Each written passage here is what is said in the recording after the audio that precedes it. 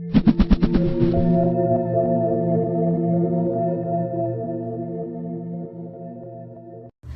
I'm Hemanti. Hi, I'm Shreya. So for the last video in the series of videos that we have talked about internet, we'll be talking about HTTP versus HTTPS.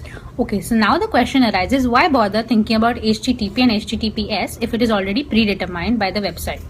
So first, we do a lot of activities on the internet, and for some of those activities we need extra layer of protection.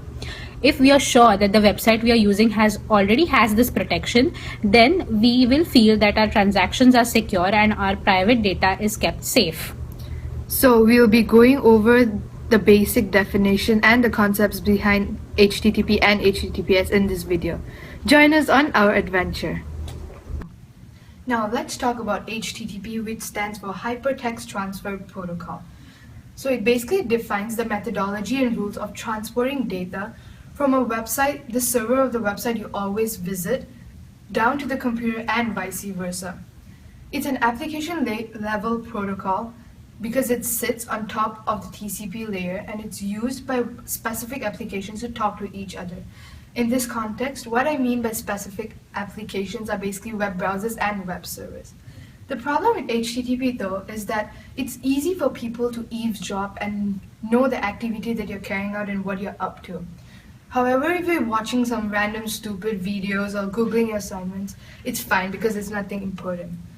But if you're exchanging important and private confidential information through the internet, then you should be careful. For example, let's say you're doing online shopping or you're transferring money from an account to another account where you're revealing your credit card information, then yes, you should be careful because it's easy for malicious people to actually harm you or your financial information.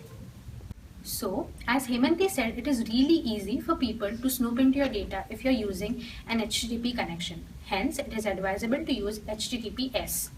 HTTPS is a secure connection that is used to transmit data over the internet in an encrypted form. This means that even if somebody intercepts your data, they will not be able to use or comprehend it. The data will be decrypted only at its designated location. In HTTPS, the servers and clients still speak over this exact same HTTP connection, but using SSL. The two main purposes of using SSL are, first, verifying that you're sending your data to the correct server, and second, ensuring that only your server can understand what you're sending and only you can understand what it sends back. The really clever part of using HTTPS is that even if someone intercepts your data and messages, the ones in which you are actually deciding the key and strategy to use, he or she will still not be able to understand what you communicated. Hey Shreya, I have a question for you. Since HTTPS is so secure, why not we just use HTTPS for everything? Why do we have HTTP and then HTTPS? Okay, so I know many of you will have the same question as Hemanti. Although this is possible, it is not exactly advisable. Transmitting data via HTTPS requires additional power to encrypt as well as decrypt the data. This will cause the servers to go into massive slowdowns. Hence, it is advisable to use HTTPS only for transmitting sensitive information across a secure connection. So this was the last video in the series of videos that we did about the internet.